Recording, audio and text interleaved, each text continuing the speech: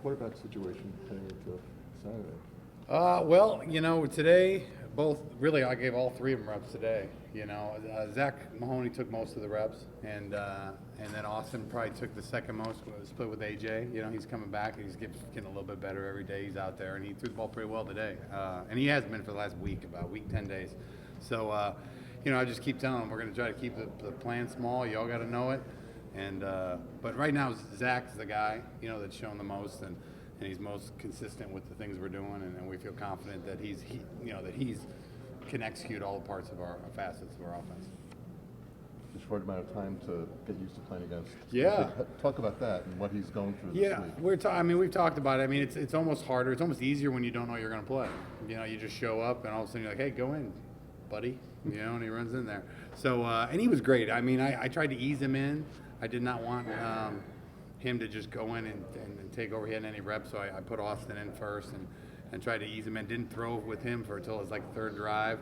I think I gave him a screen on the first play, and then he did well. So I started throwing it a little bit more, and then in the overtime I just pretty much called it normal, and so he definitely kind of proved that he could handle the situation. He didn't freak out, and the ball wasn't going end over end, And so I was proud of the way he did that. And now this week's a whole new deal because you got to get ready, and they just got to do a good job of communicating with me instead of being too prideful and saying, Coach, I got it all. Just tell me the things you like so I can call them more.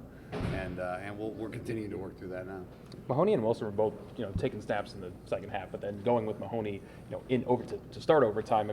Were you just going with a hot hand? What was the thinking there? Well, like I said early on, I wanted to ease Zach in because he had never played, and he hadn't gotten a lot of reps.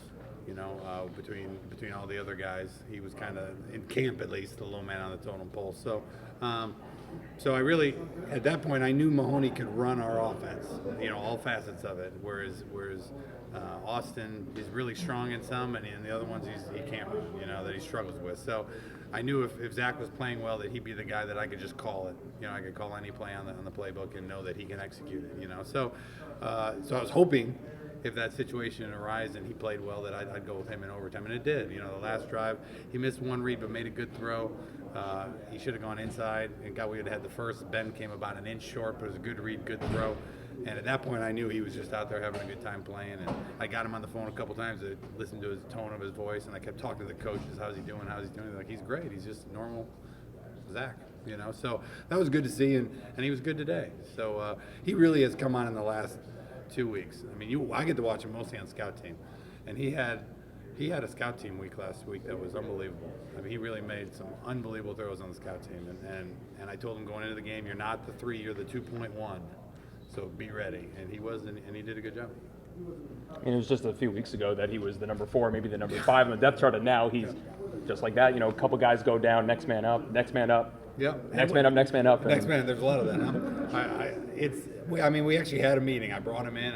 Because I wanted to keep his head up because he was showing a ton of promise. At the end of camp, I was like, hey, there's only 600 snaps to go around, and I got 200 to Hunt. I gave 100 to Austin. I gave 100 to Dungy, and I split the rest up. So he only got like 30, 40, 50 reps in camp. So, but every time he did a good job, he just wasn't enough reps to go around. So I just want to reassure him that, I see him getting better. He really struggled in the spring when he got here.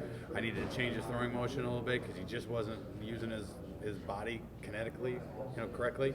And man, he worked on it all summer. He's really throwing it well now, and just trying to keep his head up, saying, hey, you never know what can happen. And sure enough, it happened. Coach, talk about what do you say about the strength of the system, with having a different quarterback in and come in, produce and things like that, and how that's going to translate against LSU? LSU's a whole new ball game, So the biggest thing is that we still got to keep the montage every week. If we can run the ball, it'll make it easier whether we have a fifth-year senior quarterback or a walk-on transfer, So everything makes it easier on the quarterback when you can run the ball, And so that's one of the main things that we've had a couple quarterbacks play so far. We've had 4 play this year so far. And we found a way to be 3-0 and trying to be. We're not nearly as efficient as I want to be. We were getting there. Eric was having a good game. We're starting to get the offense to where I wanted to be. We're running the ball. We're hitting big plays. It was almost there, and right at that point, we had a little bit more adversity to deal with. So, you know, the offense is going to stay the same. The system's going to stay the same.